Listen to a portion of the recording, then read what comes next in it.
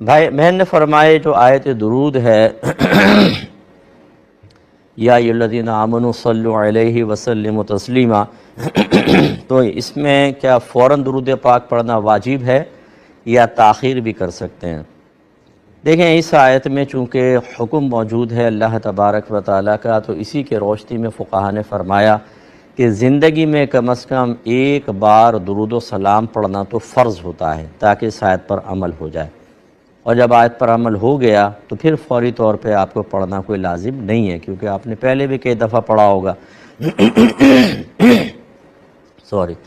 پھر یہ ہوتا ہے کہ اگر کسی مجلس اور محفل میں آپ نبی کریم صلی اللہ علیہ وسلم کا تذکرہ سنتے ہیں تو پہلی مرتبہ جب آپ نے سنا تو پڑھنا واجب ہوتا ہے، اور اس کے بعد جتنی مرتبہ سنیں گے وہ مستحب ہوتا ہے۔ ایسی اذان جیسے ہو رہی ہے، پہلی مرتبہ سرکار کا نام آپ کے کانوں تک پہنچتا ہے تو پہلی مرتبہ درود پاک پڑھنا واجب اور پھر مستحب ہو جاتا ہے۔ تو اس آیت درود کے اوپر بہتر ہے کہ آپ اللہ تعالیٰ کی فرما برداری کے قصد و ارادے سے فوری طور پر عمل کر لیں، درود پاک پڑھ لیں، لیکن حقیقتاً جب ایک دفعہ سن کے آپ نے پڑھ لیا تو گویا کہ اس آیت پر عمل کر لیا، لیکن بہتر ہے کہ جب پڑھا جائے تو آپ درود پاک پڑھ لیں، کیونکہ حکم موجود ہے، لیکن نہیں بھی پڑھا فوری طور پہ بعد میں پڑھ لیا تو گناہگار نہیں ہوں گے۔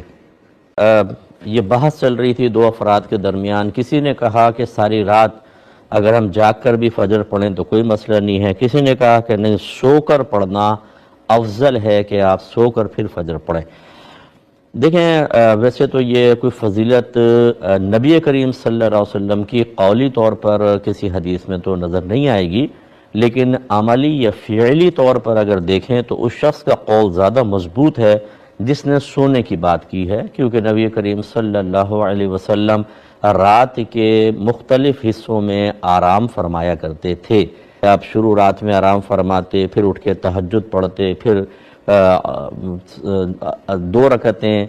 سنت فجر حجرے میں ادا فرماتے، پھر وہ مؤذن آتا آپ کو بلاتا کہ جماعت تیار ہے تو سرکار تشریف لے جایا کرتے تھے۔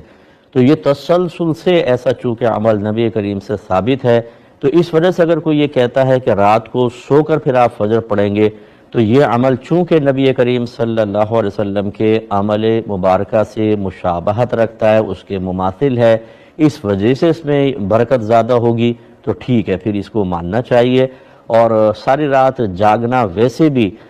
طبی نقطہ نگاہ سے بہت خطرناک ہوتا ہے،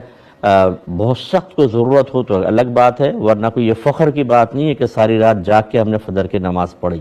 ہاں یہ ہوتا ہے بعض اوقات کہ مہمان آ گئے یا آپ کہیں پر گئے، اب ٹائم بہت کم ہے، 1 گھنٹہ 2 گھنٹہ، تو اب آپ باقی رات تو جاگے ہی تھے، یہ بھی جاگ جائیں، ورنہ سوئیں گے تو فجر کی نماز قضا ہو جائے گی۔ ایسے بعض لوگ کسی اجتماعات وغیرہ میں جاتے ہیں، وہاں سے واپس آتے ہیں، لیٹ نائٹ اجتماعات ختم ہوتے ہیں۔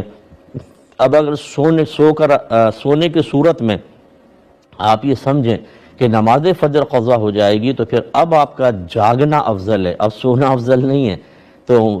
یہ تمام امور تھوڑا سا ذہن میں رکھیں تو انشاءاللہ ہر مسئلہ اپنی جگہ آپ کو صحیح نظر آئے گا۔ یہ بھائی نے فرمایا کہ بعض اوقات ہم سردیوں میں ایسی ٹوپی استعمال کرتے ہیں جو پورا سر ڈھک لیتی ہے، پھر کان بھی ڈھک جاتے ہیں، تو کیا یہ منہ ڈھانپنے میں، اور ہو سکتا ہے کہ ایسی ہو کہ ناک کے یہاں پر بھی بعض اوقات آ جاتی ہے، تو کیا منہ ڈھانپنے پہ تو نہیں آئے گا؟ دیکھیں اگر تو پورا یعنی نقاب کی طرح وہ چہرے کے اوپر آ جاتی ہے تو پھر یہ ڈھاٹا باندھنے کے حکم میں آتا ہے، اور نبی کریم صلی اللہ علیہ وسلم نے اس کو منع فرمایا۔ اس لیے کوشش کریں جب آپ نماز پڑھیں تو اس کو نیچے کر کے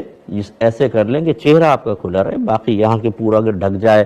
تو کوئی مسئلہ نہیں ہے۔ اور اگر فرض کر لیں کوئی شخص ایسا ہے کہ وہ کہتا ہے اگر میں ادھر سے بھی ہٹاؤں گا